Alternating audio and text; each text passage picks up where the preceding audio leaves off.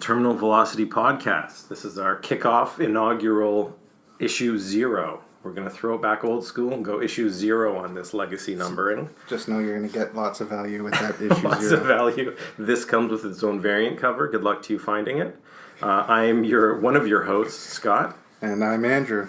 Together, we're going to cover some of our favorite comics, comic runs, comic characters, geek culture. We're going to dive into our pick of the week by the end of the entire podcast. And hopefully we're going to have a lot of fun along the way. So I think so. And, we're going to cover the news with a segment we're calling All Points Bulletin. We're going to discuss all the modern comics, mainstream stuff pretty much. Just anything that catches our interest that week. We're going to talk about tapping the Speed Force, which is where we're going to get into the modern mainstream stuff. Mainly stuff that really interests us from the books that we're currently reading. We're also going to probably focus a little bit on the Flash, given that we're both some pretty interested Flash nerds. If you haven't guessed from our logo. And I think I said that we're covering mainstream on All Points Bulletin. That's not entirely true. It'll be everything.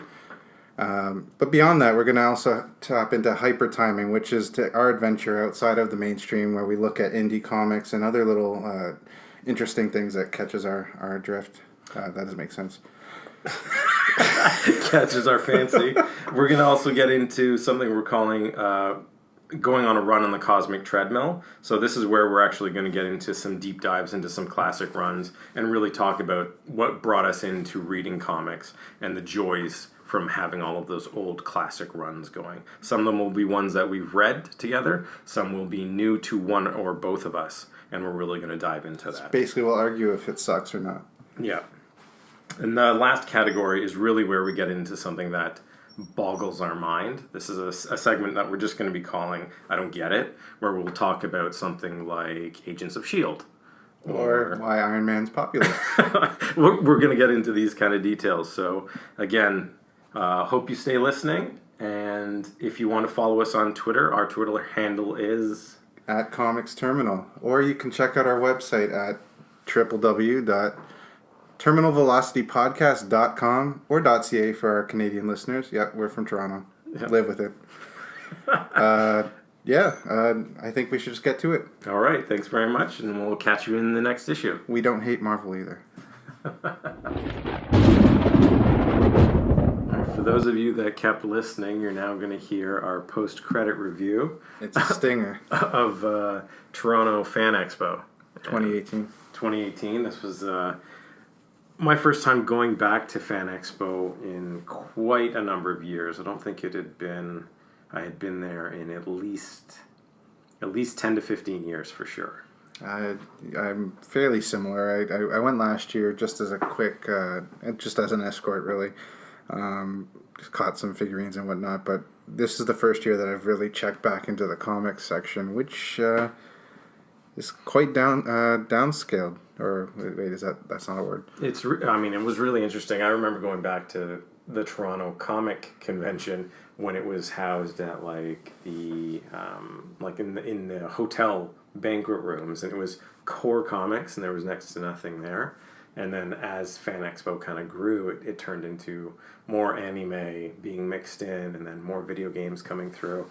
And now it's at the point where there is one entire section of the convention that is just merchandise and just people in cosplay and all that. And while it's amazing to see, it's also slightly heartbreaking because now, having been there with my kids trying to show them the comics, then being like, well, we got to walk.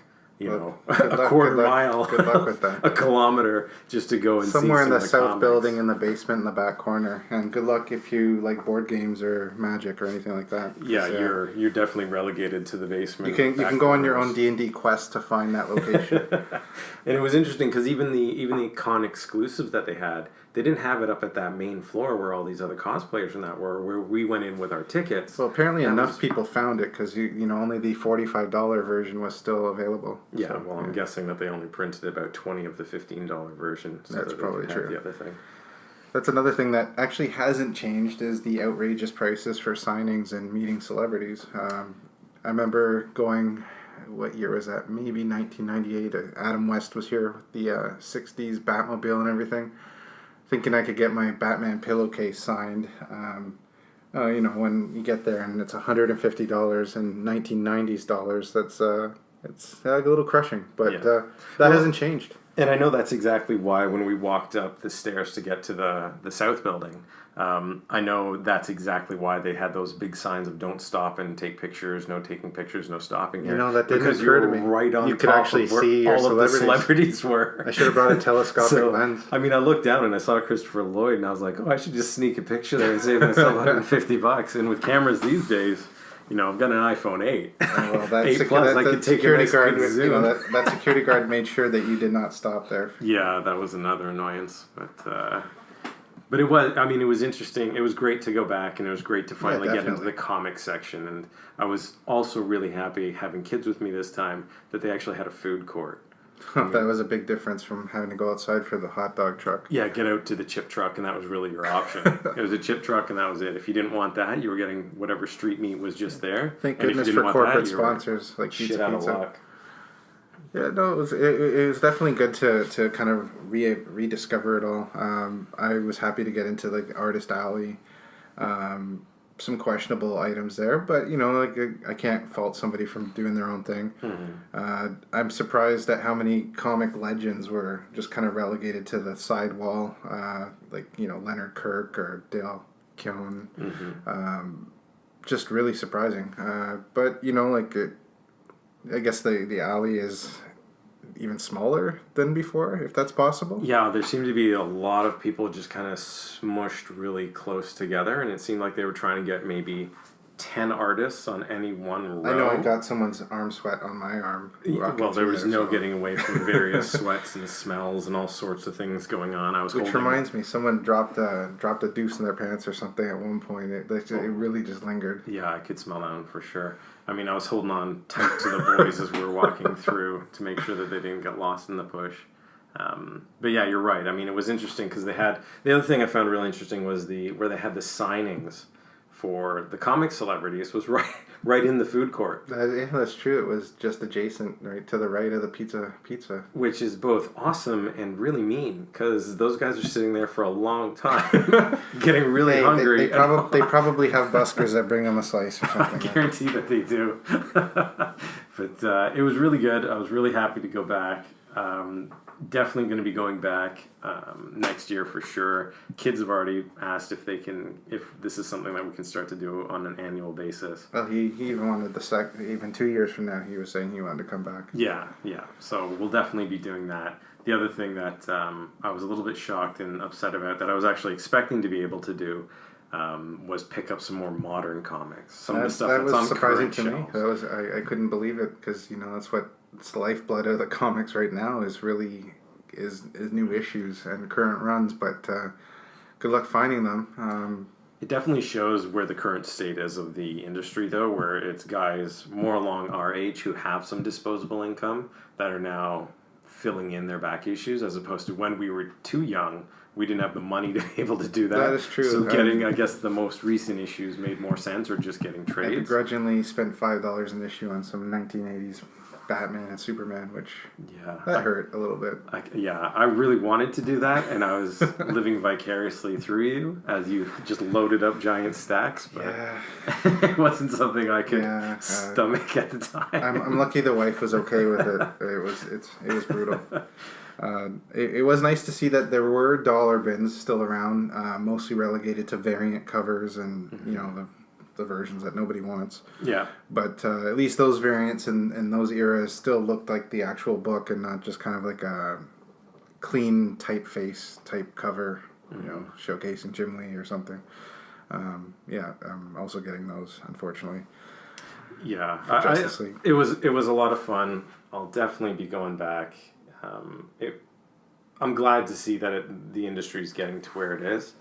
Despite my bitching, I think I probably enjoyed it more than I did before. I'm actually anxious to go back again. I'm hoping that the Toronto Comic Con is still a thing. I would like to see a more comics-focused convention again. No, it was definitely fun going for back issues and seeing what's still out there. Mm-hmm. I wish I had a little more time to maybe go for signings. That's still outrageous in terms of lining up, but that's to be expected at FanExpo.